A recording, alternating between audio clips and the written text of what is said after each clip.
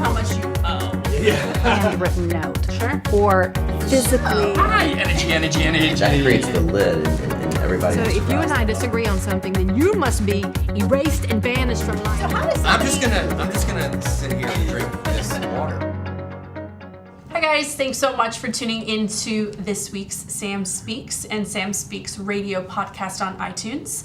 Today I have one of my favorite agents, Dusty Baker of Keller Williams Montecito, and he has grown his business so much from Instagram and Facebook and from blogging. So today we're going to discuss just that. Hello. Hello, Sam. It's so good to be here. Yeah, Thank you. Thanks for joining me. Of course. So I remember when we met, let's first talk about blogging because we met and we were talking about, how you're blogging and how I was blogging, and it just shocked me when you told me how much business you personally got from your own blog. So tell me about how you started to blog and how you turned that into generating leads. Yeah, I started blogging. I really didn't want to. It's a lot of work. I'm not really a great writer. I didn't think I was, at least. And I work with a marketing guy. He's a good friend of mine, but he's just a genius. So I get all this free marketing advice. And he was saying blogging is the future. You have to do it. And I didn't want to do it. And then a year later, he said, Dusty, you have to blog. Okay, fine. So he built me a website, started putting content out there. And I really reached my own critical mass. I had, I think, 100 subscribers or something like that. I was in the thousands of readers, which is okay. Yeah. But then we met and he said, no, you really have to continue to grow. So he just kept pushing me, and everything he told me to do played out perfectly. And then, before I knew it, I was writing and having readers from all over the world. I was being featured in Australian magazines and speaking at Inman and doing things just from the fact that I started writing. So it really what was were you just writing about? everything. It was specifically geared toward training agents. There's so many blogs in my town of Santa Barbara, Montecito, where it's a buyer's blog or a local blog, and that's okay. I'm not against that. Sure. But I had to do something a bit different. Right. So I started training agents, and then that made me look like the professional and the expert. And clients were seeing me as the expert. Agents around the nation were seeing me as the expert. I was getting referrals from Oklahoma and random places like that. But it increased my sphere way more than I ever thought it would. And really just created a credibility that for free. And that's the other thing, is it's free, besides all the hard work. Yeah, exactly. So how does somebody start a blog? What was that process, other than some motivation? It's really that easy. I like Squarespace. Squarespace website, and start writing. Yeah. Just start writing. My first article was okay, and now I think they're quite good. But you just have to get content out there. Right. And you'll always, mess up and do whatever, but you'll keep getting better and better, and just make a goal to write an article a week. And for SEO purposes, how many words do you need to have? Is there anything specific that people should include into those blogs? Yeah, I need to get better at that. That's the next step. My marketing guy says, okay, you're 90% of the way there. Now start, doing all the keyword and start tagging and doing all of that. So I need to get better at that. But I did choose article topics based on what I thought people would Google. Sure. So, working with international clients or luxury marketing or, all sorts of things like that. Sure. So choosing your words wisely, because, organic Google rankings are powerful and they're expensive. So if you can do it for free just by thinking and being creative, but literally just using the words that you think someone would Google. Sure. And then you can go in the back end and do quite a bit more. Right. Beta tagging and stuff like that. But now we're getting technical. Yeah, now that's too technical. So let's put things into a financial perspective. What would you say is the average amount of leads you get per month, per year from just your blog alone?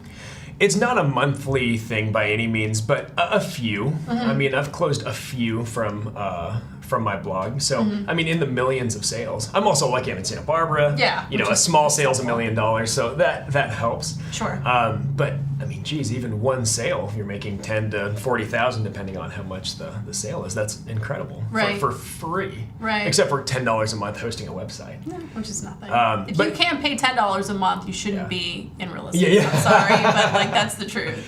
Yeah, but it's not quite to the point of monthly leads, but I'm getting consistent leads, and it all sort of comes together as well. People that read my blog and follow me on social media and connect with me somehow. So it's getting harder and harder to actually pinpoint how they found me to begin with.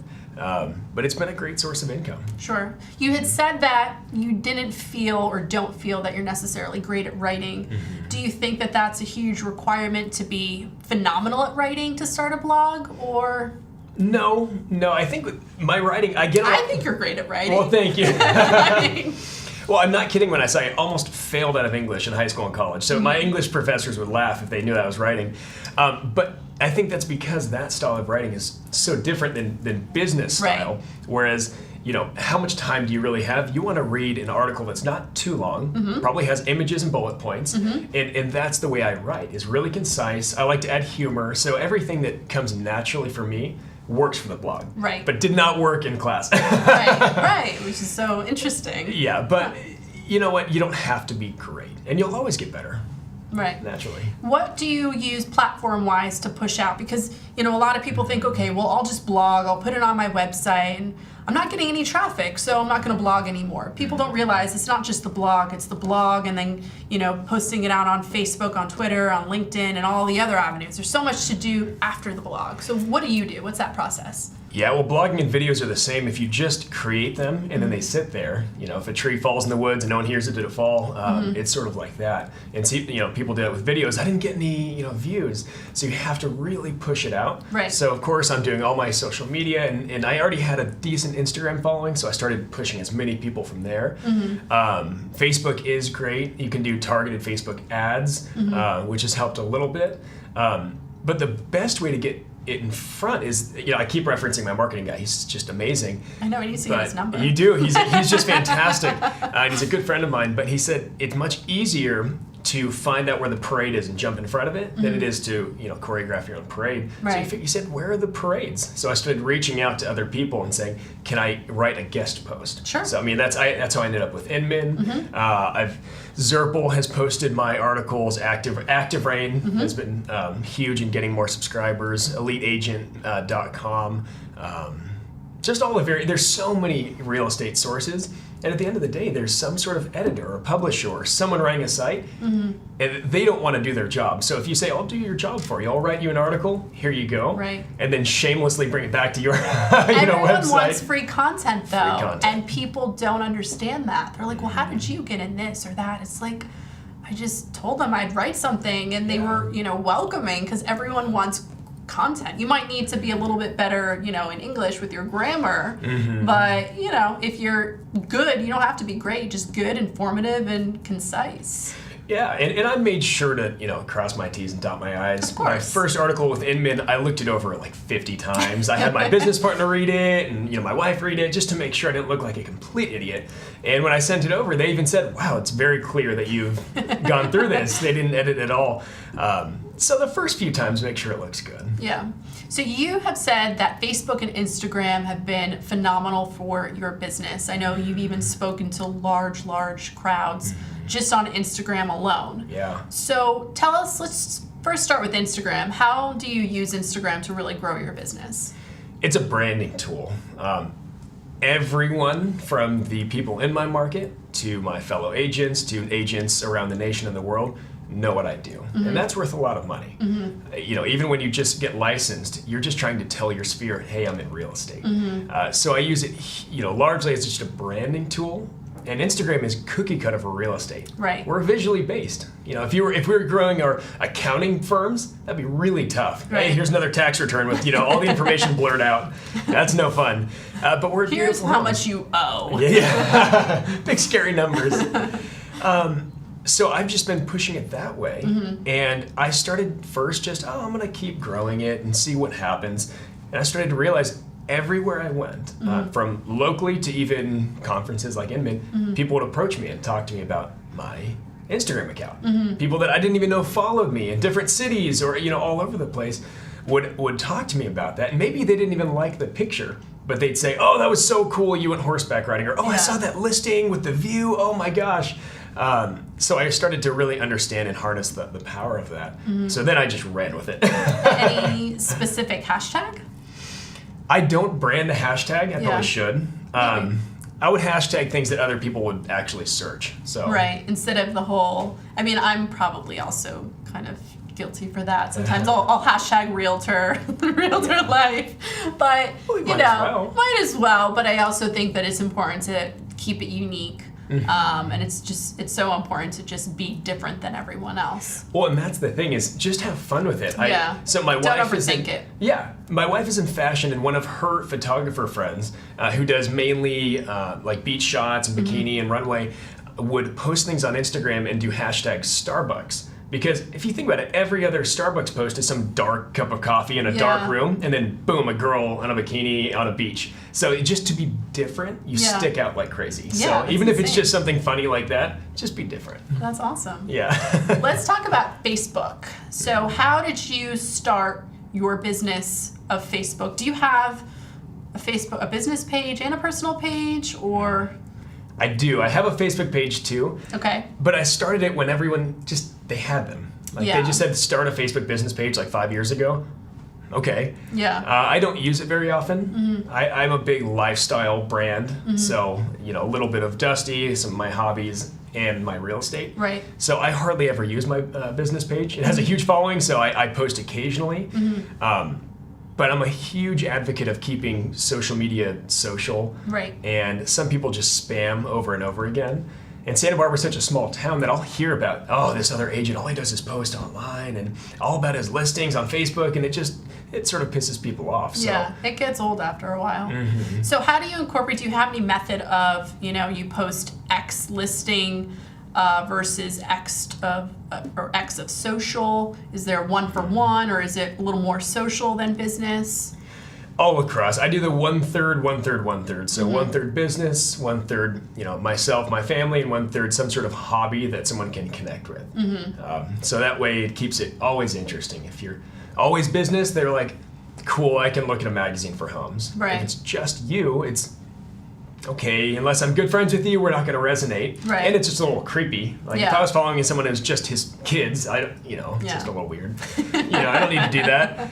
And then just hobbies get old, but any way I can sort of touch people and, oh, that's a cool house, or, oh, I saw a picture of you and your family, and then they resonate, or, oh, you like cars too. Or, any way that you can draw people out to interact. But what about times? Is that, a lot of people ask me, and I think my answer might be different than someone else's. What times do you post? Is it important to post at certain times? I used to say it was different with Facebook and Instagram, but now it's the same because it's the same owner, and they're both, they took away the chronological timeline, Right. and it's all preferential now. Right. So Facebook, I'm shameless, I'll just let everyone know, if I post something and I want people to see it, I'll call like 5 of my friends and say, comment and like immediately. Because otherwise it falls into the abyss, and no one ever sees it because it's all preferential. But if they do that, it gets put to the top immediately, and then everyone logs in, they see it, they like, they comment, and then you're just hanging at the top the rest of the week. So I'm gonna call you, and you can call me, and I'll like and comment, and vice versa, and then we'll just go quickly to the top. Exactly, and it sounds pathetic. It sounds like you're working the system, but we're not on social media because we're bored. Right. We're on it to build an empire. Right. If I'm bored, I'd rather be surfing or doing something else, not on my phone again. Right. So I have to use social media as a tool for business, and it's disguised as a lifestyle, but it's just for business. Right. So I'm shameless when it comes to that. Do what you gotta do. Do what you gotta do. I mean, everyone's doing it, just very few people talk about it. Yeah, I'll talk about it. I'll be look at open. it. There's all these people with all these fake followers and fake likes and stuff like that. At least you have somebody real. You're just kind of giving them the push. Yeah, just a nudge, yeah. Hey, maybe you just like it. And Instagram just changed it, where now it's the not chronological but preferential. I don't know how their algorithm works, and I think I'm just lucky I have a big following. I mean, you have a larger following, that when you do post, it just ends up in front of more people, so we're sort of lucky. Yeah. If you're starting fresh, it's a bit tougher. I would recommend posting right in the morning when everyone's in bed, scrolling as they wake up. Lunchtime is big, Right. because people are eating and scrolling, or like 8 o'clock at night. Right. Those are the big times that I found. Right. I read once that people check their social media 30 to 50 times a day. Gosh, I believe it. Which is I probably do. I know, I probably do too. I'm like, who's liked my photo? Dusty liked it, yes. I know, 10 more likes, yes. So let's talk about being a millennial agent. We're both millennials. I'm creeping up there, but I'm still a millennial. You're millennial, yeah. But, how do you think that that's helped you? Because I know you do luxury. So how has that helped you and hurt you? It's easier to see how it's helped me. It's hard to tell if it's hurt me. What if people just didn't hire me, but they didn't tell me it's because of my age? Right. So I always do wonder that. I've told people, yeah, my age has never affected me, but I don't know if it's never affected me. Right. They could have just said, oh, he's great, but there's no gray in his hair. I've gotten listings specifically, and they've actually verbalized, you're young, you're tech savvy, I want that. So it's nice hearing that. Do you use that to your advantage? So do you present it and say, not necessarily I'm a millennial, but in so many words, I'm, in the forefront of all the new technology that's out there. So use it to your advantage. Oh yeah. I mean, in my listing presentations, I have pictures of me speaking and say, yeah, you can hire him, but I'm usually training him. He's been to my classes, that type of thing. So you always have to look like, have the competitive advantage, but certainly market yourself as having that. So it helps in that regard. They just assume young means tech savvy. Even when I got into real estate when I was 19, I was an unpaid intern, just learning, and everyone thought, oh, he's 19, he can build websites. I had never built a website in my entire life, but I built 3 websites because they told me to. Yeah. Okay. And clients do that too. And does it hurt me? Maybe. There's probably people who think, I'm too young, or actually they think, my son or daughter is his age, and they're just smoking weed and living in my basement, so this guy can't possibly have his stuff together enough to sell my house. Yeah. And that's actually a big problem in Santa Barbara. Is a lot of my age just isn't doing much. Sure. So they just assume it's all their parents that I'm working with, but it's because of shows and people like you, frankly, that have helped. Because they're seeing, you or Josh Flagg or, the Altmans, these really young people that are succeeding and selling serious luxury. That people are getting more used to seeing the young people succeed, whereas I think even 10 years ago, you're 50 or over, and you have to be. I think it's a much, much, much different business. It's the new real estate era. I always talk to people about that. And even though there's a lot of great new technology, as I've always mentioned, I'm very big on old school. Yeah. What's your favorite old school method? Face-to-face. Yeah. Nothing beats face-to-face. Yeah. I have 100% client retention. I've never had a client buy or sell through me and then go somewhere else because it's face-to-face, and maybe I'm tooting my own horn. I think I'm pretty good face-to-face with clients, and it doesn't matter if they meet another agent. So it's not as easy. It's easier to post something and have it shoot out or send a mailer to go to 1,000 people. But if I can get lunch with someone or golf with someone, I've got it. So I've always liked that. Cool. Thanks so much for being a part of the show. How can people connect with you on social? All my handles are at Dusty J Baker. Perfect. So that's easy, direct message. I couldn't do at Dusty Baker. The manager of the Giants took that. So that's what happens when you're named after someone famous. You have to add your middle initial. So connect with me through that way. Perfect. Thanks so much for tuning in to this week's Sam Speaks. Make sure to download the podcast on SamSpeaks Radio on iTunes and tune in each and every week.